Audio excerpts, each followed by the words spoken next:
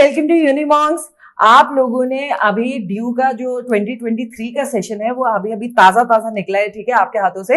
और 2024 के लिए तैयारी कर दी आप लोगों ने शुरू, ठीक है। लेकिन आपको जितना इम्पोर्टेंट आपका सिलेबस, आपका सब्जेक्ट डिसाइड करना है, उतना ही जरूरी है कि आप ध्यान से अपना एग्जाम पैटर्न और ये सब भी देखें ध्यान से, ठीक है, कि क्या आपके जो कॉम्बिनेशन हैं, जो आपके सब्जेक्ट्स आपको चूज करने हैं, वो आप राइट कॉम्बिनेशन में ले रहे हैं कि नहीं ले रहे हैं, ठीक है। ड्यू ने आपका आसान कर दिया है काम इलस्ट्रेटिव एग्जाम्पल से, ठीक है, ताकि आपको मान लीजिए पढ़कर नहीं समझ में आता है, ठीक है, लेकिन आप इलस्ट्रेटिव एग्जाम्पल्स देखेंगे तो आपको जरूर से समझ में आएगा कि आप कैसे अपने कॉम्बिनेशन सही बिठा सकते हैं अगर आपका ड्रीम कॉलेज ड्यू है तो, ठीक है। तो ड्यू के लिए आज हम लोग कुछ हमारे साथ भी देख लेते हैं कुछ इंपॉर्टेंट सब्जेक्ट जिसके लिए बच्चे अप्लाई करना चाहते हैं और उन्हें कंफ्यूजन होता है, ठीक है। कोई चीजें ऐसी होती हैं जो पता करनी ही चाहिए और कोई चीजें जितना जरूरी ये है कि क्या पता होना चाहिए उतना ही जरूरी ये भी है कि क्या नहीं पता होना चाहिए, ठीक है।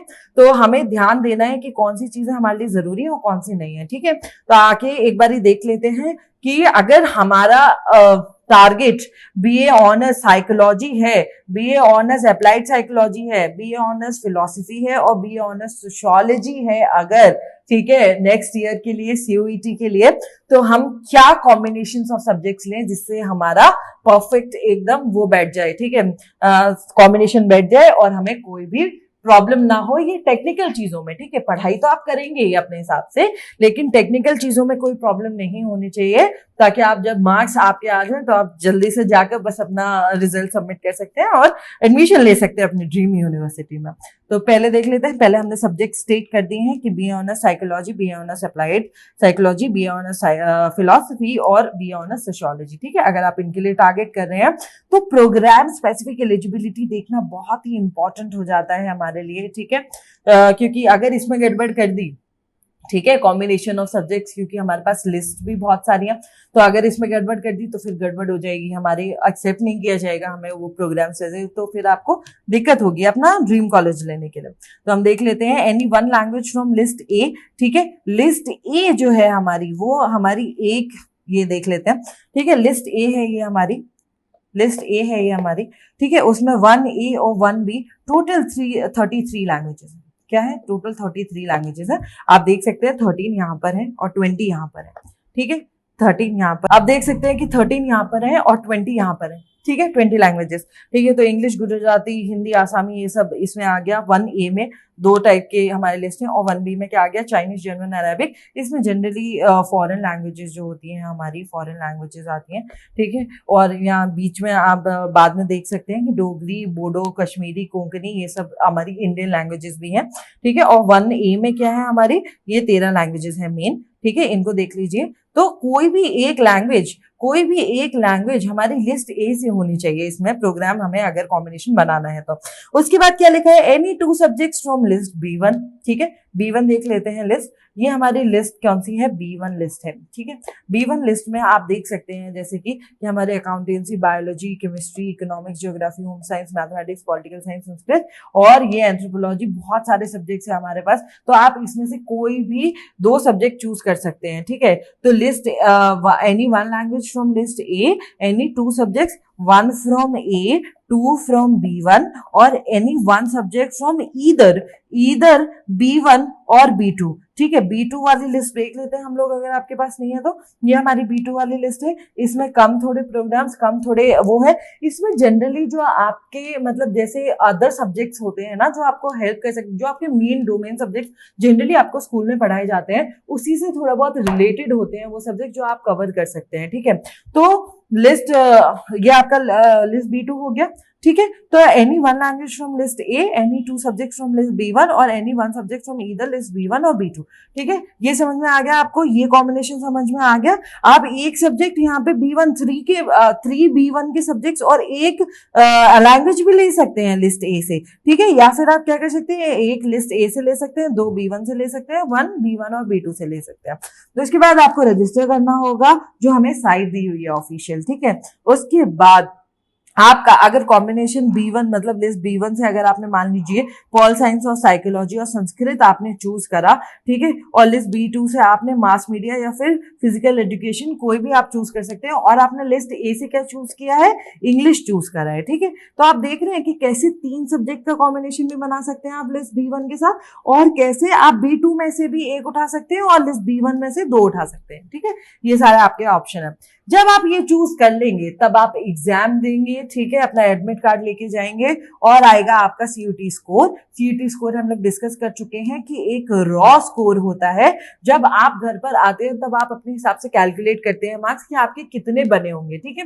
लेकिन ड्यू टू डिफरेंट शिफ्ट्स में एग्जाम्स होते हैं तो डिफरेंट टाइप ऑफ बच्चे मतलब अलग अलग सेट ऑफ पेपर आते हैं, तो किसी के लिए भी डिफिकल्टी लेवल ऊपर नीचे ना हो, तो इसीलिए एक हमारा प्रोसेस होता है नॉर्मलाइजेशन का, ठीक है। नॉर्मलाइजेशन का जो हम प्रोसेस फॉलो करते हैं उससे क्या होता है कि कई बच्चों के मार्क्स इंक्रीज भी होते हैं, कई बच्चों के मार्क्स डिक्रीज भी हो जाते हैं, ठीक है।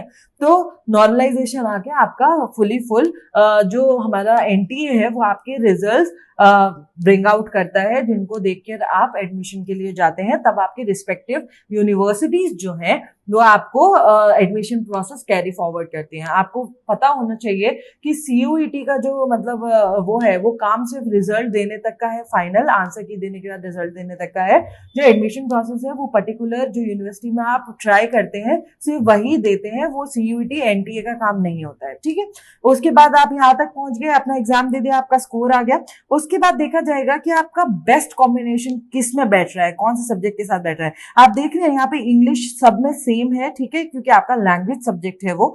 तो आप यहाँ पे क्या करना है आपको कि ये यहाँ पे एक लाइन ड्रॉ कर दीजिए, इंग्लिश सब में सेम है, ठीक है। ये आपके ट्रू हाईएस्ट देखा जाएगा आपका T1 T2 T3 की आपका कॉम्बिनेशन पहले बिठा के देखा जाएगा, English, pol science, psychology, Sanskrit, इन सब में से मतलब किसका ज्यादा, जिस हिसाब से आपने सब्जेक्ट्स लिए हैं, जिनके आपने एग्जाम्स दिए हैं, उनके हिसाब से आपका देखा जाएगा कि बेस्ट स्कोर जो आपका आ रहा है वो कौन से सब्जेक्ट में आ रहा है, ठीक है। तो ये देखा जाएगा highest score among T1 to T7 will be considered, अलग अलग सब्जेक्ट के कॉम्बिनेशंस बिठा के देखे जाएंगे, हाईएस्ट स्कोर आपको आपका दिया जाएगा, ठीक है।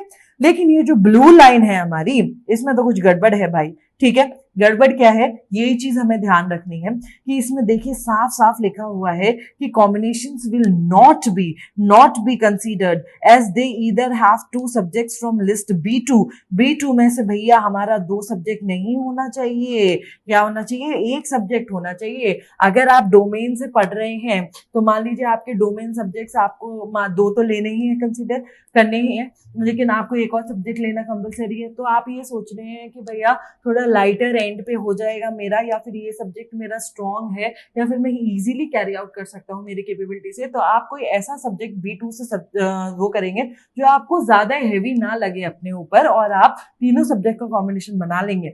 या फिर आप B1 से कोई 3 सब्जेक्ट ऐसे चूज करेंगे कि आपको फर्क नहीं, आपको तो ये कि हाँ भैया मैं तो कर लूंगा, ठीक है, तीनों डोमेन सब्जेक्ट ही करूंगा, ठीक है, मेरे तो स्ट्रॉन्ग है, आपको फुल कॉन्फिडेंस है आपके ऊपर, तो आप ये 3 सब्जेक्ट्स चूज करेंगे फिर अपने लिए B1 से 3 सब्जेक्ट्स चूज कर सकते हैं, लेकिन B2 से कभी भी आपको 2 सब्जेक्ट्स चूज नहीं करने हैं, आप एक ही कर सकते हैं, ठीक है।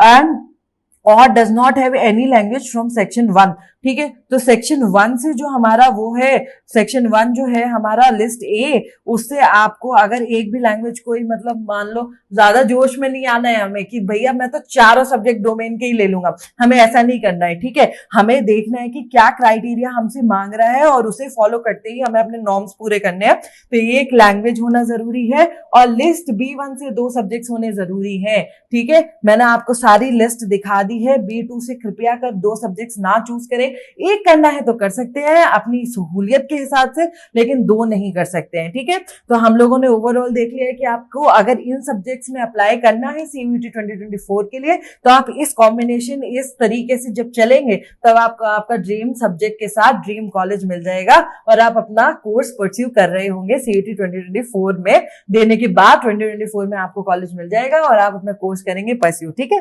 तो उम्मीद है आपको समझ में आ गया होगा। अगर समझ में आया हो, पसंद आई हो वीडियो, तो लाइक कीजिए and subscribe to our channel Unimons. Thank you.